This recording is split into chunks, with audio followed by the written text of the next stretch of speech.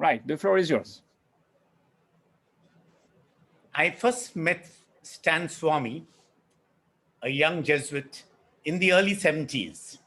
I had not joined the Society of Jesus at that time, but from Bombay, where I was born and brought up, I went to do a course on social awareness and social analysis. At that time, he was just ordained a priest, about to go, I think, to Belgium to do some further studies. And he was there and we spoke.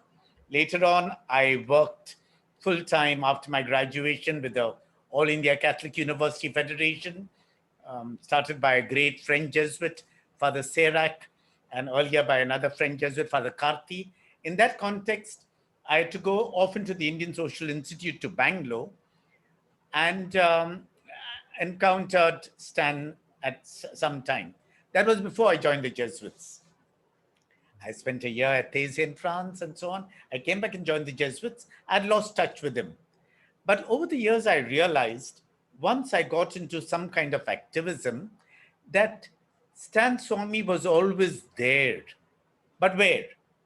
No longer in the Indian Social Institute, no longer has an academic as a researcher training people on social analysis, on social awareness, which was very important, I think. But he had moved back to his mother province, that is the Jamshedpur province, and identified himself with the Adivasis there in Jharkhand. One of the first things he did after he moved there was to ask permission to get out of the Jesuit residence and go and live in a village. And I think this is something I did not know at that time, but studying his life over the last many months, I realized that was already something path breaking. He lived with the whole tribe there in the Jharkhand, and he learned their language, ate their food, danced their dances. And what he was doing was giving the Adivasi youth a sense of identity, a sense of belonging, and a sense of the future, that the future belongs to them because, as we say in many of our languages, Adi Vasi. Is Adam, original. Vasi is inhabitant, the indigenous people, the original inhabitants of the land. And that was the time, okay, about 30 years ago or a little over that, that that area was being plundered. It was the old time Bihar, then it became Jharkhand, and it was being plundered and looted and all kinds of things. I can use more unparliamentary words, but I don't want to use it. But, and this was the big mafia. We have had people being killed, Adivasis, even religious, A.T. Thomas, and so on. And in that part of the world, because it was rich in natural resources, the corporate sector literally went on a song, and there was no one to question them. But the Stan Swami realized that. And for him, the three great things, I've just come out from a webinar when we are speaking about Pope Francis's Laudato Si and Fratelli Tutti. And in Laudato Si, he speaks about the resources which belong to the indigenous people. He has written about that in Querida Amazonia, about the Amazon. It's not about growing trees. It's not about having beautiful waterfalls. He's talking about those who plunder the environment for their profiteering and disturb the legitimate habitat of the indigenous peoples, whether it is in Congo, whether it is Amazonia, whether it is Narmada or in Jharkhand. It's all the same. What Father Stan did was, over the years, he not only identified himself with the Adivasis, but as I said, just as he gave the youth a sense of acceptance and belonging, he walked the talk. He accompanied them in their struggle for a more just, humane, dignified, and equitable life. And that was clear. And one of the things that the government was doing, successive governments over the years, was any Adivasi youth that was protesting had to be put in jail. So he began with some others like the Sudha Bharadwaj and so on, you know, a whole movement to help young Adivasi boys, some 3,000 of them who are languishing in jail, to try to get bail, try to get lawyers and so on. He studied the charges that they were framed. They were framed on the most ridiculous charges. And what he was doing was basically three things. He believed in what the Constitution said about the tribals, about the indigenous people. There is this whole question of the fifth schedule. There is the extension of the Panchayat Act, the PESA, whatever it is. This is what the government says. This is what the Constitution says. These resources belong to the Adivasis, and they cannot be denied their rights if just according to the whims and fancies of petty corrupt politicians, crony capitalists, and other vested interests like the mining mafia. Those were destroying. We have a lot of coal mines and so on. You all know Jharkhand. You all know what is happening in India in all parts. And now they were kind of auctioning the coal blocks some time ago. So he took a stand. The second thing he did was very clear. This was a Jesuit commitment to collaborate. So he collaborated with all men and women of goodwill. Anyone fighting for the rights of the Adivasis, who fought for justice for them, was his collaborator. Stan did not believe in violence. Now they're trying to prove that he collaborated with the Maoists, with the Naxalites, and things like that. And this is absolutely ridiculous. For him, collaborators could be a man like Jandris. It could be, this Dayamanti Barla, an Adivasi woman leader. It could be anyone who was able to identify himself and fight for the rights of the Adivasis, purely according to the Constitution and non-violently. Okay, collaboration. So he collaborated and networked. I've got a lot of his emails and all about when we had the Gujarat carnage. He was very worried about what is happening. He sent emails, I replied to him, and so on. And that time he didn't have a mobile phone, I think. But he believed in collaboration. That I walk with the Adivasis, I accompany them. They need to get what is their just due, but they cannot do it alone. I cannot do it alone. We need to collaborate with other men and women of goodwill. And the third thing, he believed that if I'm a Christian, if I'm a Jesuit, I have to stand up always for truth and justice, visibly and vocally. And that is what rankles some of us. So today at the webinar, I told many, there are more than 500 people. I said, we Jesuits, so many of us are cosmetic about Laudato Si and Fratelli Tutti. Pope Francis is not cosmetic. He's telling us to take a visible and vocal stand about what is happening to the environment. It's all written there. So we grow trees, we feel nice. The other day in Vatican, they gave a press conference about having a 7-year plan of action. And the good Indian Jesuit, Salesian, gave the example of Bangladesh, in which Catholics have grown 800,000 trees. All very good, we need to clap hands. But Laudato Si is not about growing trees. He never says you should not grow trees. We must grow trees. But it is like Sundarlal Bahuguna, the great environmentalist who just died. If somebody is cutting the tree, the Chipko movement, go embrace the tree. This is what Laudato Si is telling us. Take a visible and vocal stand against our Jesuit products who are destroying the environment, who are big in the corporate sector. You know, we will get some little donations from them, and I scratch my back, you scratch yours. Stan did not believe in that, and that's why he did make, because he was visible and vocal, he took a stand. He was not only diplomatic, he took a stand against the Jesuits, against the type of schools we run, even and he says no. He said in the General Congregation in the 70s, 32, we very clearly have a mandate that anyone called to the Society of Jesus must take a stand for one's faith and for justice. Very clear. The service of faith and the promotion of justice is like two sides of the coin. So Stan was doing that all the years.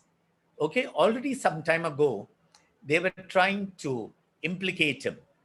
I will not speak too much of the Bhima Koregaon thing, but you will know that 100 years ago, 200 years ago, and the anniversary was 2018, they had a big celebration there.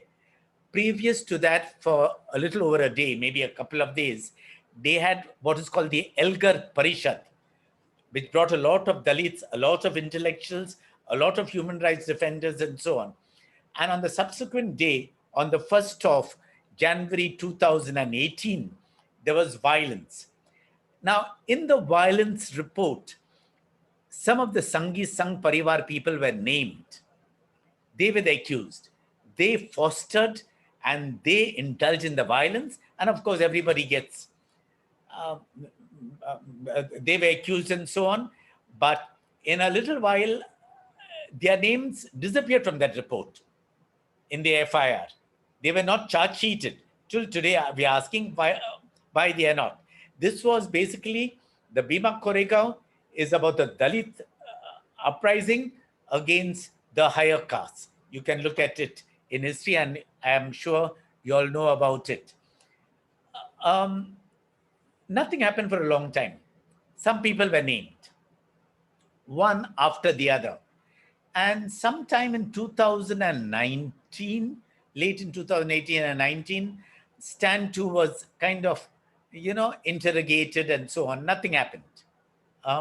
They came, they asked him. He said two very clear things, three. One is, I was not there, Elgar Parishad. I've never been there. I was not there in Bhima Koregaon. I've never been there. Two. And third, I was not involved in any violence. He's very clear. And he said it over and over again. Then they started arresting people. They have arrested, Stan was the 16th. They arrested 15 people, several intellectuals, academics, human rights activists. There's Anand Teldumde. There is Vernon Gonsalves, and I studied in the same school. He was junior to me, and his wife, Susan Abraham, is ready to speak to you sometime. Vernon Gonsalves. Arun Ferreira is also a good friend of mine. We studied at the same Jesuit college. He was again junior to me. His uncle is an auxiliary bishop of Bombay. His another uncle of his on his mother's side is a Jesuit in the Bombay province. Two of his aunts are nuns. Okay, but then there is Anand Teldumde, Gautam Navlaka. There is Hani Babu. Many of them are academics. I can send you pictures. I can tell you which. There is a website which has a lot of these things done by a private individual, but you can take resources from there. So one by one, over a period of time, they started investigating them, conducting raids on them, and ultimately putting them into jail. They began interrogating Stan Swami. They took all his possessions, and the joke of his possessions in all the papers of Ranchi the next day was they had one small little cot, some little paper, and so on. This man has practically nothing in his room. They were going to confiscate all his possessions and so on, everything. Now, one of the things that they also did was to take away his computer. Okay. If you look at the work of Arsenal Consulting, there in the United States, they have done very, very systematic work. And, on some of the others, and they have appealed on that to show how the information can be planted to, and all that. I'm not going into those technical details because I'm not a technical man. Um, Finally, on the 8th of August, he gets a call to come to the where the National Investigation Agency is sitting in Ranchi. So he goes because he believed that nothing would happen to him because they could not find a shred of evidence after any amount of interrogations and investigations. Not a shred, nothing. Whether he had gone, whether he had participated, whether he has links to Maoists or whatever it is. They couldn't find anything that would ensure the arrest. And then they said, "Now you cannot go back." He said, "Why can I have to go back?" He just went like that, sitting in an auto rickshaw, I guess. Then he called his Jesuit companions and he said, "No, they tell me you bring me my clothing, bring me something." And in a small little, what we call jola, they took it to him. Uh, Next early morning, they flew him out from Ranchi to Mumbai, presented him before a special court, the National Investigation Agency special court, and had him incarcerated in the Taloja jail, which makes him the 16th person arrested in the Bhima Koregaon conspiracy case, and all under the draconian Unlawful Activities Prevention Act. That's an old thing, but now the amendments that they have done is absolute. So even by remote, if I am talking to you now on this computer, and if you are one of those, your 44th cousin or some mother-in-law of yours was remotely connected with 9/11 years ago, they can prove that I'm a terrorist. It has ridiculous and has draconian and has anti-constitutional this law is. We are calling it for the withdrawal. So then we made a lot of noise. Stan has become ultimately a leverage. It's because of certain international contacts the Society of Jesus has. We are able to do demonstration in front of embassies and high commissions, in different parts of the world. Also in front of the Indian High Commission in London, in Washington before the Indian Embassy, and so on. Small groups, but there have been protests all over the world, and some of the international media have taken it up precisely because he's a Christian, a priest, and a Jesuit. And we have been leveraging, not because of Stan only, but because of the other 15, and because of we want the draconian law to be repealed as fast as possible. It is definitely against the Constitution. We don't need it. Okay. So Stan has been in Taloja jail. He was 83 years old when he was admitted. On the 26th of April this year, he completed 84 years.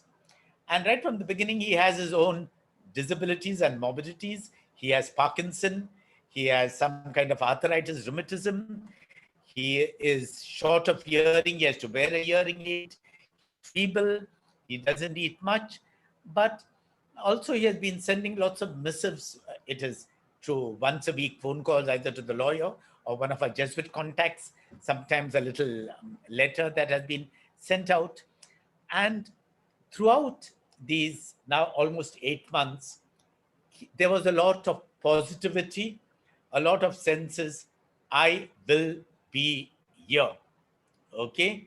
And I'm here. And there was lots of support because some of the others who have been in the same jail, like Anand Tumde,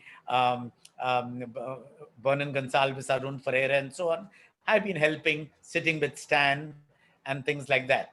and he has been a very encouraging and motivating factor. But we applied for medical bail earlier. First of all, we applied for two different types of bail. One was for regular bail, which 99.9% of the cases do not get it. Okay, and they just don't. Those arrested under the UAPA, and there are many. This is only in one case. There are thousands of Indians who are arrested because of sedition or because of the UAPA, but not the likes of those who are actually destroying the country. I've just written an article based on the American US Freedom of Religion State Department report, which came out on the 12th of May. And based on that, I've just filed in a story. I'll email it to you. It's already in print in at least one magazine. Um, and I've said the foreign minister was in the United States, and he was saying that people are out to malign India. I'm saying malign India? No one needs to do anything. The Prime Minister and the Home Minister and like the UP Chief Minister and this Baba Ramdev are maligning India sufficiently. They should be charged under sedition. They are destroying India. They are destroying the constitutional fabric. They are making poorer. They are killing people for lack of basic medical facilities. Now, what happened? Coming back to Stan, some time ago, today is the end of the month, 29th of May. A little early in May, while speaking to one of our Jesuits, he sounded extremely feeble, very, very feeble, very weak. And he says, I am feeling horrible and so on. So immediately, our lawyers filed a petition, an emergency thing for medical treatment, okay, and perhaps admission to an hospital. At that first hearing, sometime on the 19th of May, the judge said, no, we cannot just now we need you to be medically examined.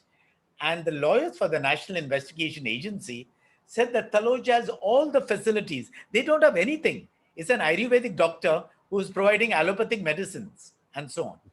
So finally, with the court order, the Taloja jail authorities was told to have him medically checked up at the Bombay JJ hospital on the 20th.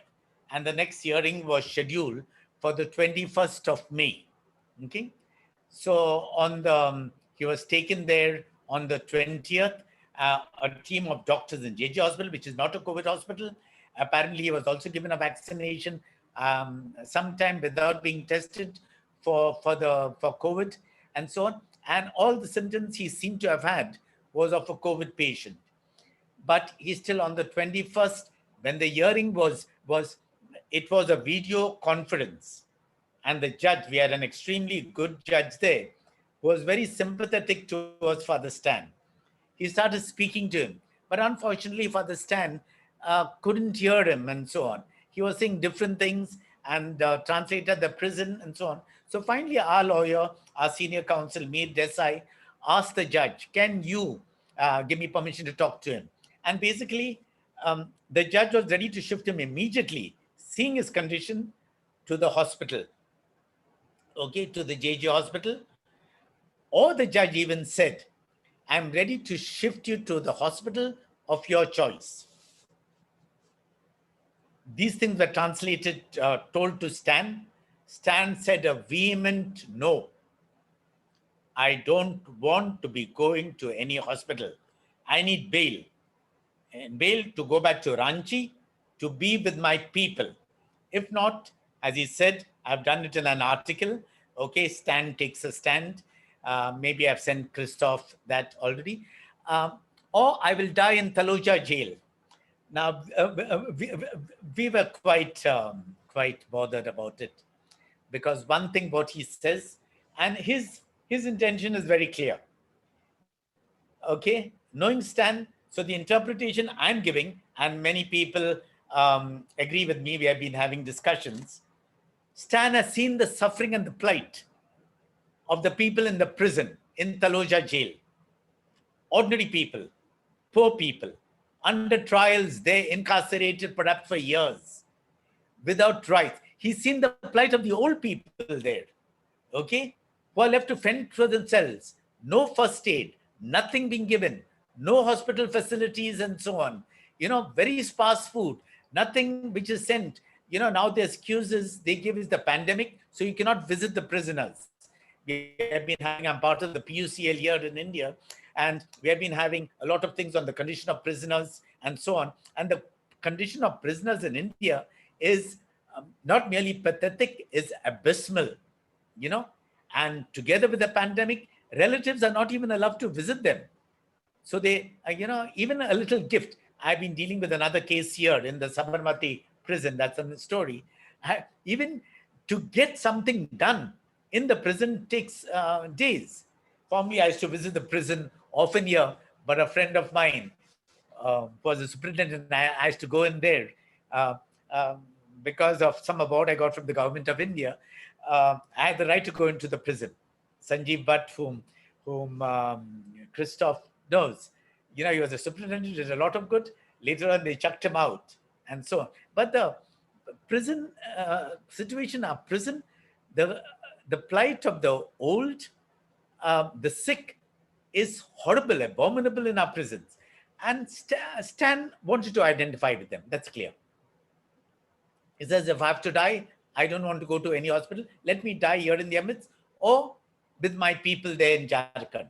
He had a choice, and now everyone is clear this was a choice. But after due consultation with the lawyers, with senior Jesuits and so on, we said, because the judge was so good, he says, if at any time before June 7th or 9th, you want to come back with the same petition, he told the lawyer, you can come back and make an appeal. Finally, in a matter not listed, yesterday, the 28th of May, okay, just before lunch, the matter was heard, okay, in an emergency. And in the meantime, our lawyer had spoken to Stan. Stan relented and said, yes, I'll go to the hospital. So last night about this time, 9:30, 9:45, he was brought by an ambulance to the Holy Family Hospital in Bandra, where he's looked after by sisters. He's now in a COVID intensive care unit. Yeah, our vaccinations already be given. Uh, uh, we have not seen the reports yet. At least I have not yet seen. But just now he's taken well care of. Has the best possible treatment, a privilege that few other prisoners can get. He has not been given bail. He's still an under trial. There is just one policeman living. The judge yesterday was beyond. I will just send you the order to Christoph. He can send it. Was an excellent order. The National Investigation Agency did everything just now to deny him even this medical attention. Saying JJ Hospital, and JJ Hospital is in a mess. It's a government hospital. We know what is happening. I was born and brought up not far away from there. And I knew as a child, how difficult it was to get anything done in a government hospital like JJ Hospital. And they didn't want him, but the judge put his foot down.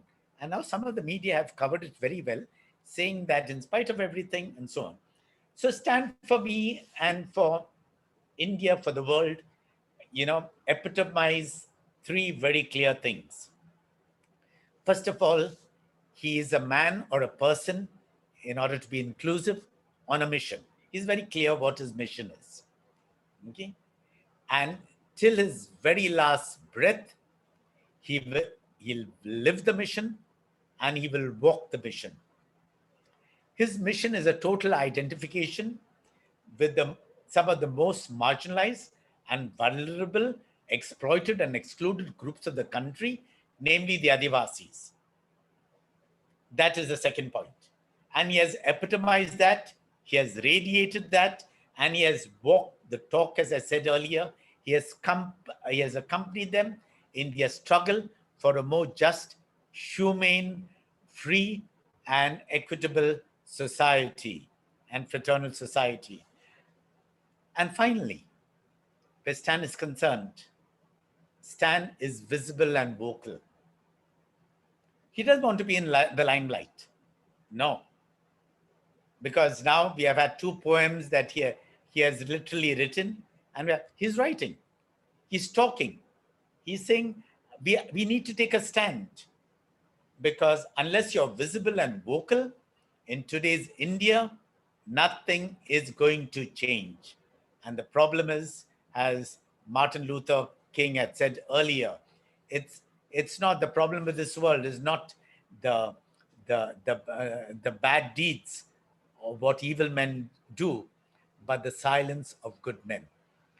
Stan has proved that he's not a silent spectator, as he once wrote, but a person who wants to live his Jesuit identity, his priestly vocation till the very end.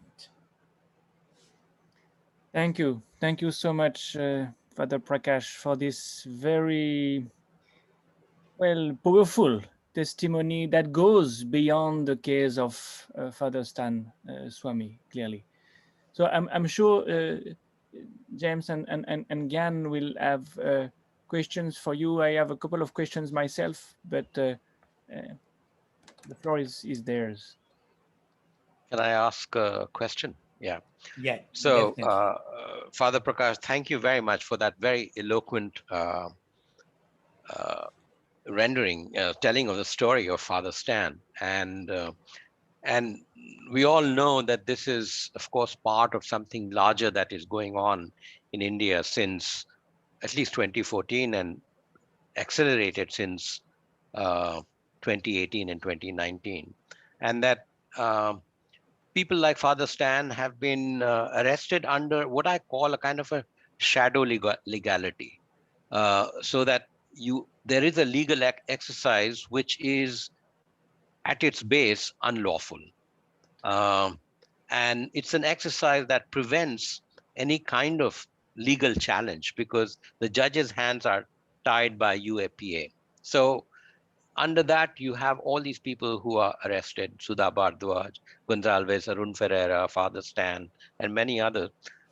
And I'm just wondering, the one thing about this, which always strikes me, is that it's not only an exercise in authoritarianism and arbitrary power, but there is a particular kind of vendetta and cruelty associated with it, that they are not only satisfied with jailing people, but also making a spectacle of the state's cruelty and vendetta against people like Stan.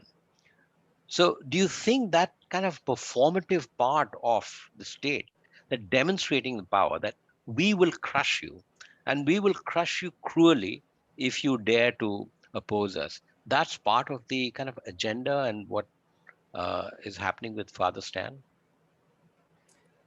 Certainly, without doubt, they have a kind of a pernicious or draconian law. They use it, you know, in a seemingly um, kind of legitimate way, but highly illegitimately. And then they try to prove that this man needs to be punished. You look at in the order, even the order which I'll send you tonight of yesterday, what this how can Stan be a threat, and to whom? You know, to whom? If he's outside, okay, keep him even under house arrest. I'm not saying he should be arrested. I'm saying he's innocent. He should be free. He should be released. You know, let him have an 84-year-old man, the oldest person who is, in inverted commas, regarded as a terrorist in India. You know, this is and they make the other day this Belarus guy, you know, took out a Ryanair plane, okay, and took out that journalist. You know, any voice of dissent today, anyone to take a stand. I worked with Tista Settlewad and so on very closely. Um, and I know what, you know, the most ridiculous thing they have said, she is spending the money on liquor, on, you know, sanitary napkins and so on is there. And she has done it from a private account. That they're not saying. Okay.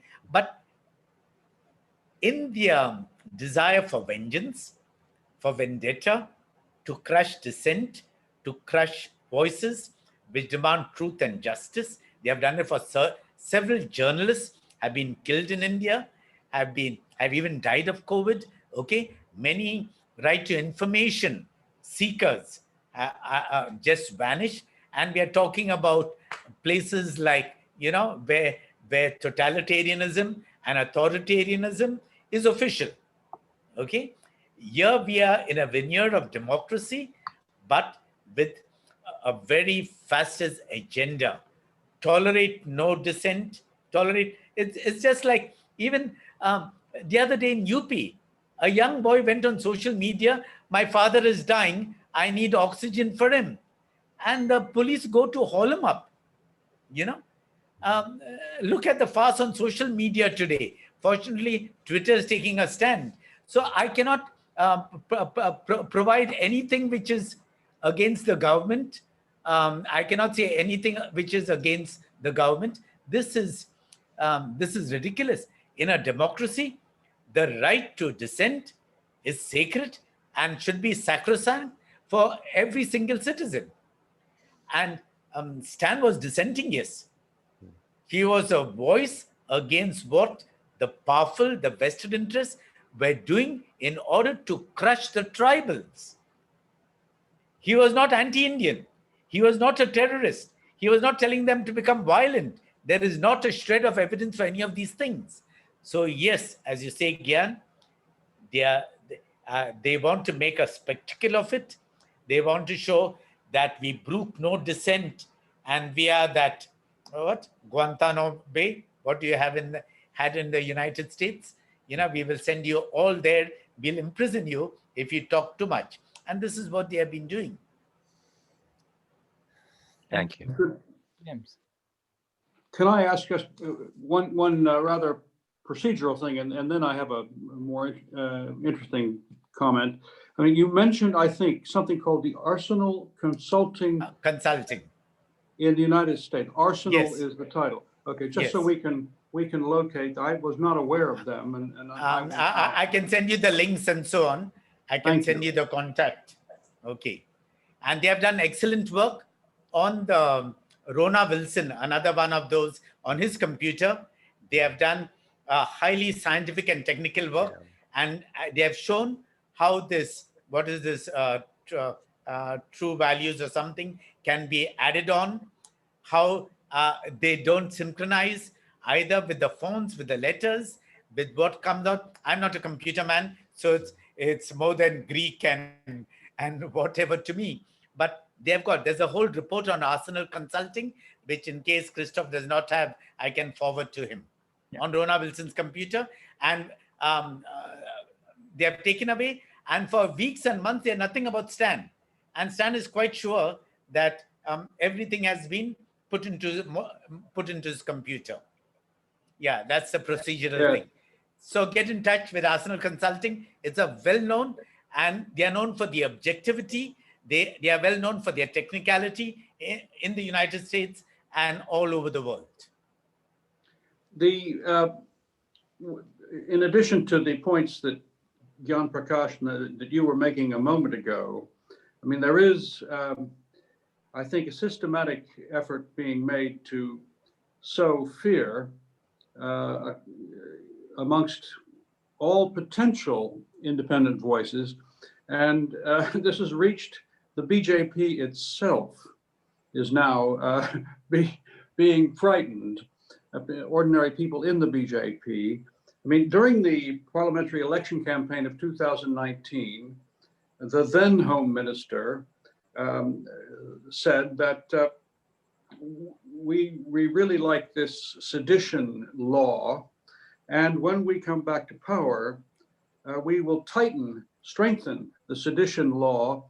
And his words were, so even the souls of the anti-nationals will tremble.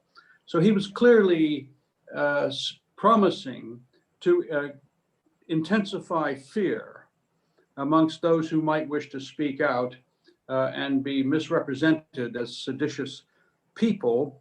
And 2 weeks ago, an MLA, a legislator BJP legislator, had a mild disagreement with some government policy, and he told the press I have this disagreement, but I must not express my disagreement, because if I do, I may be charged with sedition. So even the BJP's own legislators are being intimidated by this systematic and thorough campaign to intimidate. And the other aspect of what we are seeing with Bhima Koregaon and with some other, with certainly the Delhi riots, for example, is that the establishment, the authorities are attempting to blame victims for things that, for unpleasant things that happen, blame victims for violence. Muslims being charged with violence in Delhi riots when they were the principal targets of the violence, and Dalits in the Bhima Koregaon case, again being victimized, even though they were the victims. They're being charged with misbehavior, even though they were the victims of the misbehavior earlier. So there is a kind of strange Alice in Wonderland inverted logic to much that's going on. And this needs to be understood by people of goodwill everywhere. Yeah, I agree with you. They want to sow fear. And many of us are falling into the trap. Civil society. And, basically they have a three-pronged strategy. Okay. Even for, this is what, say, they did in the TMC. First of all, anybody who's who, they collect data. They have what you call in India a file. Okay, not a they might be looking at the past since maybe from the time I was born. Okay, and they try to collect as much data as possible on key. They did it with the TMC people. That's the first. Secondly, they approach the person and say, now you are corrupt on this, like just now in Bengal, there is this Sarda scam and Narada scam. And, so some of the key people who were accused of that scam then joined the BJP. One is the chief minister of Assam.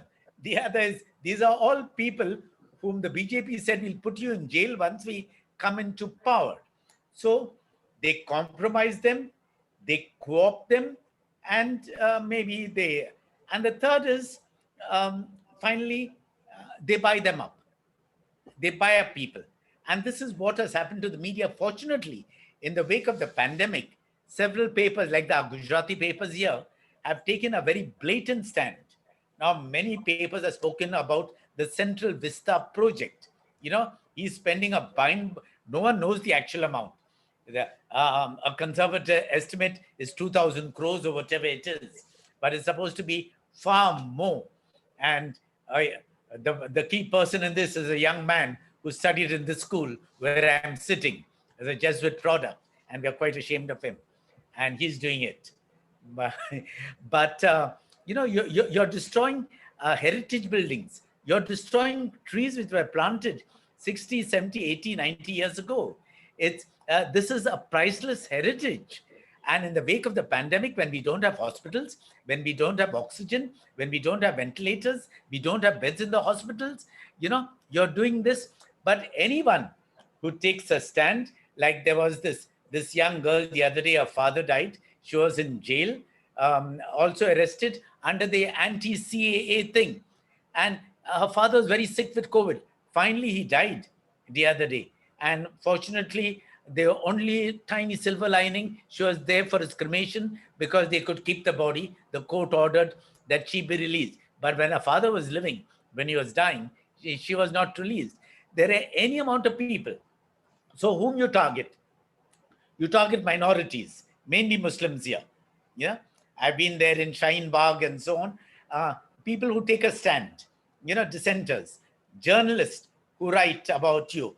But for one of the blue-eyed boys, that Arnab Goswami, the way he was given even bail, because the liberty must be given to a citizen, but then at the same time, Father Stan, was arrested earlier, does not have liberty. So there is a hypocrisy and there is a doublespeak at different levels of society, including our judiciary. Fortunately, occasionally we'll have a ray of light, a good judgment coming, okay? And we cannot just badmouth or bad name all of it with one brush. But the fact is, a lot of the recent judgments, especially with this last Chief Justice, Bobde, with the previous one, Gogoi, have been absolutely against the country, against the constitution, and key issues like the Kashmir issue, the CAA, and so on have not been taken up. And why is that? We want to ask, including the UAPA. Yeah. Good. Thanks a lot, Brother Prakash, because we are also now looking at the larger picture, and that's very important. Let me ask 3 quick questions and Okay. and one longer one. Very very quickly. One, did Father Stan Swami target specific companies? And of course, companies which were close or are close to the power. I don't know if you know. If you do, it would be very useful to know. I really don't know whether anything specific was targeted. Okay.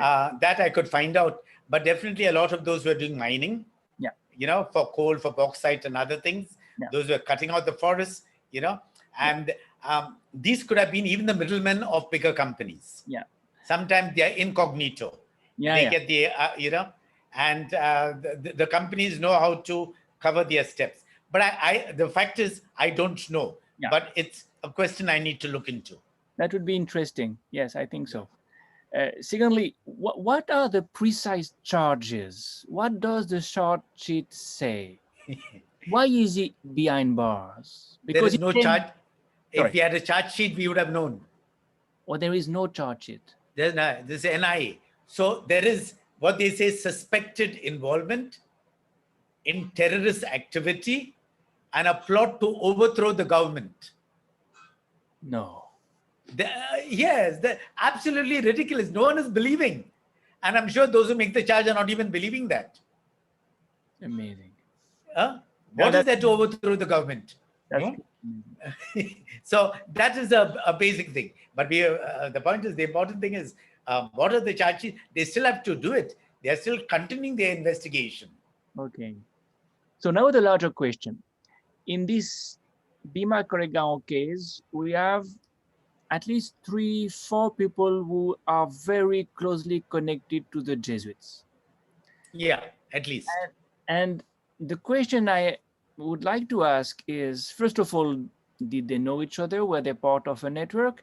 Secondly, were they inspired by theology of liberation, someone representing it in India or not? And last but not least, what does the Company of Jesus do with this? What does Rome do with this?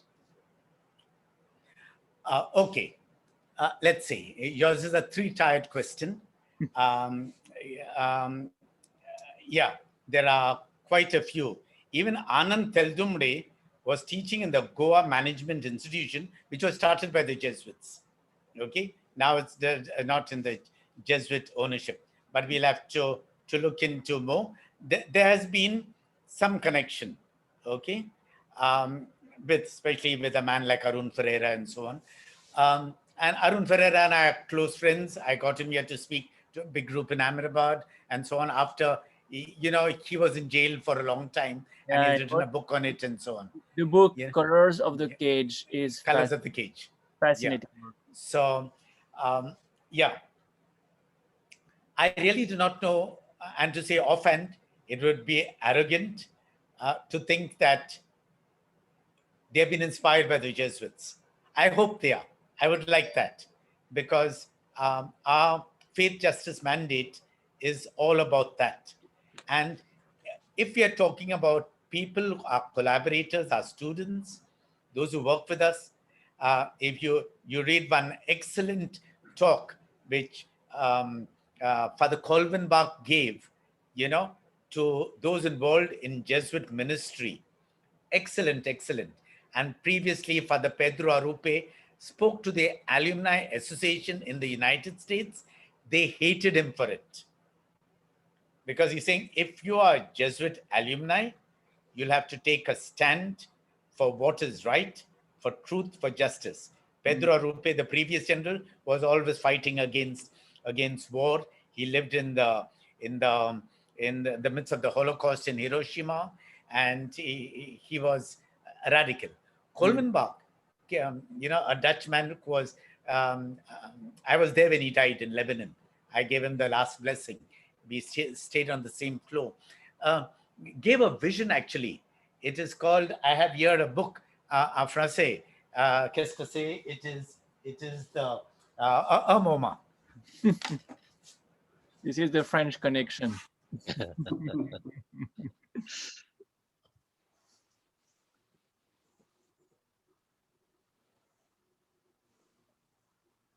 Un amour pascal pour le monde. Oh, Okay, it Yeah. is the testimony, the legacy that this man Peter Hans Kolvenbach left the society and the world. It was a very, very strong thing. I must send you. I can. Yeah, I don't think this is on a in a soft copy. It was done when I was there in Beirut. Now, yeah, the second thing is what about the Jesuits at two levels? Here in India, because of Stan, we are saying we have been galvanized. Otherwise, people like Stan were the black sheep, the odd men out, because he was critiquing. Today, if you look at what I said, I too am regarded as one of the odd men out, and not the caliber of Stan, definitely. But um, but we have more and more Jesuits just now who have come out visibly and vocally in support of Stan and de facto in support of the others incarcerated about the UAPA. They are coming for webinars and so on, and some of us are always with the PUCL. We have a great general. I do not know. We call it Superior General, and he is Arturo Souza. He's originally from Venezuela, and he was a big critique of the government. He headed the social center in Venezuela, and then he came to Rome, and now he is the general. And now we have the universal apostolic preferences. And if you look at, there is on for Stan's 100th day in prison, Father Arturo spoke to the world-large society. He's very, very clear that we need to take a stand just as Stan is doing. And later on, he has been sending messages, referring to them, and so on. So even Rome, the one in charge of our social secretariat, is now an Indian Jesuit from Tamil Nadu, Xavier Jayaraj, and he's always there. We have 2 or 3 Indians there in the Roman Curia.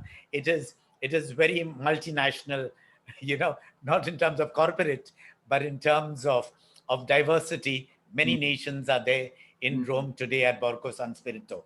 But clearly, there is a stand and there is a support. And that is why today I can speak freely, frankly, and fearlessly. Do you see some lobbying, some pressure exerted by the church? I'm not speaking about the Jesuits now, but Yeah. the Catholic Church. Is the Catholic Church committed to some action? Yeah. See, the Catholic Church, especially in India, is very ambivalent. Okay, some bishops are there up front and they take, because recently now 3 cardinals went and met Modi. It's there on record, and one of the things they want the Pope to come to India. Okay. And the Pope wants to come to India. He wants to come. When I met Pope Francis in Rome in 2019 December. Okay, I asked him, Father, Holy Father, are you going to come to India? No, India does not want me to come. Okay, he said India does not want me to come, which is true. This government with Modi, they will never want him to come. If they bring him, it not merely be a miracle, it is for some political leverage. So the cardinals, Cardinal Ozzy did ask, what about Father Stan? And Modi very nicely told them, we will allow the law to take its course. Okay? But for Baba Ramdev, who is cheating, who is swindling, they will not allow the law to take its course. Tomorrow, if Modi decides or the Home Minister decides, Stan can be released totally. Then National Investigation Agency, like the CBI, are what we call caged parrots. And so the church has been, now today at the webinar on Laudato Si and Fratelli, there was 2 or 3 bishops from different parts, my friends, okay? And but I said a lot of the church and a lot of the bishops will talk about Laudato Si in the context of growing trees, doing alternative technology, not using plastics. I'm saying Pope Francis is not talking about that. He's saying take on those who are destroying the environment, who are causing global warming, who are causing climate change. Reduce your consumption patterns. He's very clear. Even Fratelli Tutti, he highlights, working together with Muslims. It was a great document. He and this guy from Abu Dhabi, Al Taib, had written the previous year on fraternity. And he based on that. And when he gives the parable of the Good Samaritan, he very clearly says that it is not a drama to be played. It is the Samaritan is hitting out at structural sin, at the root causes of injustice. It's not only putting band-aid and giving medicine and food to the person lying on the streets. That must be done. But also to look at what we call structural sin. The church in India is still not prepared, for that. At one time, one of the bishops said, the churches are political. He was told off. I said, no, the church can never be apolitical because Jesus was not apolitical. And all the church documents, right up from time immemorial, especially from Vatican II till Pope Francis, have been taking sides. And when you take sides, you are not apolitical.